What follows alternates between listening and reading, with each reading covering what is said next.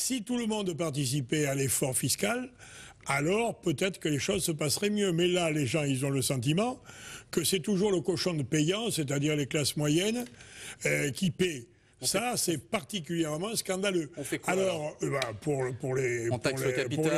pour les retraites, oui, ça il faut taxer, mais je voudrais revenir aux retraites. Donc, d'abord, il y a beaucoup de gens qui devraient pas prendre la retraite à 58 ans, parce que moi, par exemple, je suis prof de fac, j'ai pris la retraite à 67 ans.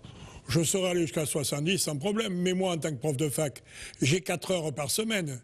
Mais l'ouvrier manœuvre qui est maçon, qui travaille 35 heures, voire plus avec les heures supplémentaires, qui porte des sacs toute la journée, qui se crève, qui a un boulot pénible, mais celui-là, s'il prend la retraite à 48 ans, c'est pas scandaleux.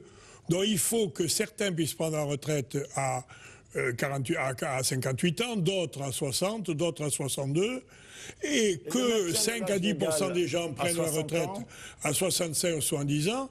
J'y vois rien de scandaleux. C'est ce qui se passe dans des pays sociodémocrates, en Suède, au Danemark. Le maintien à 60 ans, demandé par Martine Aubry, le Parti Socialiste, vous y souscrivez? Martine Aubry, elle ne sait pas ce qu'elle veut. Il y a 3 mois, elle avait dit qu'elle était pour la retraite à 62.